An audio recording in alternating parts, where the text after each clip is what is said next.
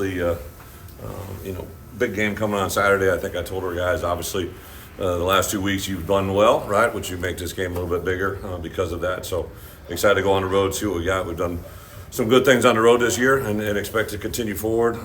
Really excited here the last 3 or 4 days to get so many guys, I think since Monday, nominated for national awards. I think one of the things that's really cool for me, I always say history repeats itself to our players, right? And my first year at the University of Wisconsin as a head coach, I was able to get a Senior Bowl invite and hand it to Joe Thomas, who would later that year became a Outland Trophy winner and a really high draft pick and went on to have a great career.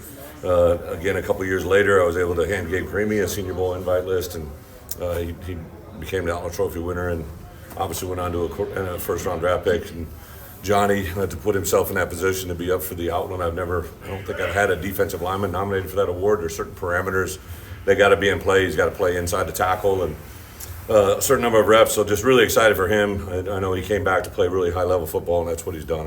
He's just different than the rest I've ever been around, the way he plays it. So from an injury standpoint, with our guys going over there on Saturday, should be 100% for where we kind of thought we were going to be on Monday. Reggie has practiced well all week, hasn't had any issues, don't see him being a concern. At wide receiver, Pat Bryan, who left the game, got in there a little bit on Wednesday, practiced today, and expect him to be full go on Saturday. Obviously, that'll be something we'll figure out that day when we get there. Luke been cleared, I believe, since Tuesday afternoon. Have him in practice all week. It's been really good to see him back there. I think anytime you have two guys that play that position as well as they have is a positive thing. Defensively, Keith Randolph practiced Tuesday, Wednesday, backed off a little bit today, but he should be 100% on Saturday to go where we're at. So don't really expect any Caden Fagan, again, just an evaluation process, hasn't been able to practice with us yet this week, but we got a chance. I know he's not a veteran player, but a guy that I think, this game, he got recruited by them and all that goes into it. He's been excited to play all along, so we'll see where that plays out. But Reggie and Fidanzo have had a good week of practice. So that opened up for questions. How do you kind of navigate your quarterback situation? Have you made any decisions about who'll start?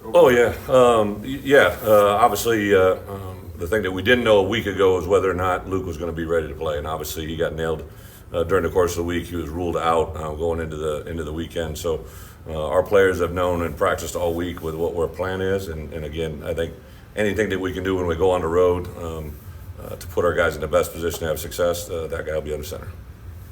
I guess with the older guys that have maybe not practiced and you've been okay with them being cleared late and they can play. Is Caden? I mean, he's got 8 I get it. games.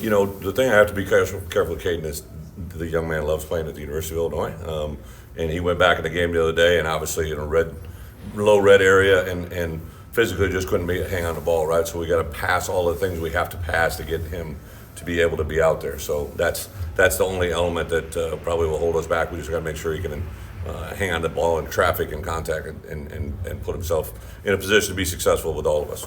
Coach, you've done a good job over your career here, picking all those, this long road streaks you've knocked out, missed Wisconsin, different ones.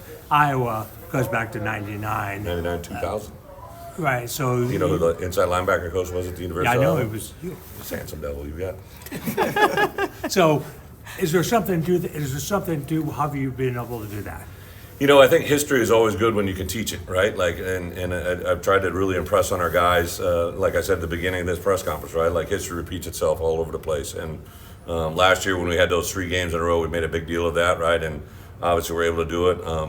I asked very early on, right, when was the last time that Illinois had 2 victories in a row? Little did I know it was 99 and 2000. And I Googled a picture of Bret Bielema in 2000 and showed it to the guys and said this was the last time. So it's kind of fun for them. They embrace it. They hear a lot about it, right? So I just think that kids in today's world, they're so now oriented, right? Like they got cell phones, they got internet access, all this stuff. So anything that gives them perspective in history is really good. One of the reasons I love showing them different comments from great players, right? Football players. I show Kobe quite a bit. I'll show different NBA guys, tennis stars, like guys that are great players in my era or that I grew up with, to teach them that, because when they're going to be in that same scenario 20 years from now, they're going to talk about these players that they've watched right now, and their kids won't know who they're talking about, right? So you try to teach them a little bit of legacy.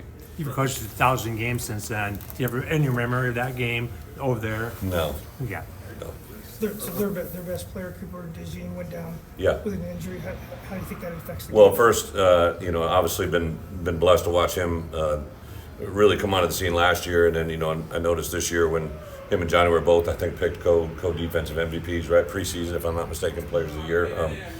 Just really respect for his game. I've been, the part that I really enjoy as a head coach, I love watching players play, right, that truly are good, whether they're playing, obviously I don't love it on game day, but you watch and appreciate him on film, and he's such a dynamic player, and my guess is, being in that program, who he is, what he represents, he's probably a pretty phenomenal person, right? And you just hate to see anything along that lines. I think our guys always want to play against the best, and obviously he's got a year left, so how that all plays out will be determined, but unfortunate for him, and our prayers are with him. But I'd rather just ask than not. Yeah. Would you share with us who you think you're going to start at quarterback on Saturday? I think our guys have 100%, no doubt in their mind, what's going to start at center or quarterback. So I think the one part that really became clear to me as we begin to evolve with our players, right, they get really good at practicing what they do, right? And what we emphasize in practice, our guys go out and do very, very well. So I was clear and adamant about what we were going to do from Sunday on.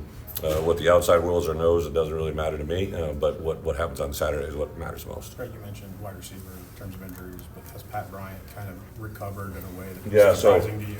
he, that play, he got rolled pretty good. If you watch it, the guy ranked on it pretty good, and he tried to come back in. So I knew he was going to be close.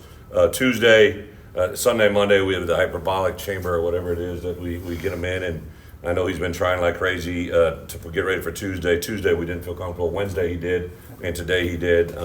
But wide receiver is a different thing, bless his heart, Keith Randolph is doing everything he can, but it's a different position, So it's a wait and see. The good news is Ashton got his feet wet. He's had a lot of good work, but my guess is Pat Brown will be in there for that first series as much as he can handle. There's a lot of pub about a quarterback, right? Do you take it differently? I mean, everyone wants to talk about a quarterback, but do you handle that differently than other positions? Even internally, talking with players and As far as what? What do you mean? as far as who's going to start, who's going to play. Obviously, that gets all the pub, right? Well, I think the quarterback position gets a lot of outside attention, right? But I really do probably treat it, I think, if you ask them. But I always do say this to quarterbacks, right? Like, even when I'm recruiting them, like, listen, I tell their parents, this position is very unique, right? Like, you at times get entirely too much credit and you get entirely too much blame. And because of that, I will always be the brunt. I don't care whatever quarterback I've had, he go out and have the greatest game of his life, I'll give him credit. If he has a game that's not so great, if you take in case in point, right? I've talked about how Luke's season literally changed after Penn State, right? He had a 4-interception game and really after that point forward to put up some unbelievably good numbers, right? So I really handled that moment with him. I made a point, I think, that week talking about how I called him on Saturday night before he went to bed because I wanted him to know he was our starting quarterback. I didn't share with that the outside world, right? But I wanted him to know that. So I would say Sunday I definitely had conversations with everybody involved. They knew directionally where we were going and what we were doing, and that hasn't wavered. How have those conversations played out this week? Or how did We'll those see on play? Saturday. With the way they defend the run, especially in the red zone, one rushing touchdown. I mean, does that not to give away the game plan, but does that change your thinking on how to game plan for them? I think anytime you're in the red area, which we've been very good at this year, we made a conscientious effort during the out of season and throughout the course of the year to be more efficient, and we've been able to accomplish that. I don't want to talk on what our plan is, like you said, but I think Iowa is who they are. They're very regimented in their schemes and what they do. They do change game plan wise on who they're playing, right? Like certain teams will be played differently, but I've been around this, seen this enough that like I have a pretty good understanding of what I think they're going to do to us in the red area. There's obviously a game plan installed, but we got to execute in those big moments, and obviously to be on the road is a big deal with the crowd noise. But I know you mentioned Caden One more for hasn't this. been able to practice this week. What for you internally? What's kind of your deadline to decide if you have him make that trip to Iowa or if you don't? Yeah, well, getting down to just kind of the way we are, even 2 weeks ago when we didn't take Reg, we met on Thursday and we're taking him on a trip with us, and then Friday he didn't feel great, so we pulled him off because we needed players at other positions, So case in point, like at Pat, we're intending for him to go. We think he's going to go. He's cleared to go. But if he gets over there and he can't, that made us take one more wide receiver. Does that make sense? Like, so 74 travel guys, they get 74 guys to go to the hotel. So at this time of the year, everybody's trying to get that spot. I would say if Caden can't go, he wouldn't be included in the trip. We asked So Aaron, trouble this here. we asked asked Darren on Monday, but not you, about conversations with Taz this week that Yeah. you might have had. He seems adamant that he did not do that. So Right. how do you handle that as a coach? Yeah. Fire and passion. Well, the good news was the first thing I had to do is check and see if there's any further suspension, right? Because the rule by the law in this Big Ten conference, what happened and transpired on Saturday, he could be removed from further competition. I reached out on Monday, got final notification on Tuesday. There'd be no further action, which means there probably wasn't a clarity on what it does. I'm going to believe my player, but that game overall was just getting. I don't think it needed to get to that point. They were chippy. That kid and him were getting into it all day long. Taz tends to bring the ire of a lot of officials against him, which I believe he's earned at certain times, right? But I think the great thing about Taz is he's ultra competitive. Every day is a learning experience, and hopefully that one was a big one. Thanks, guys. Thanks, guys. Thank you.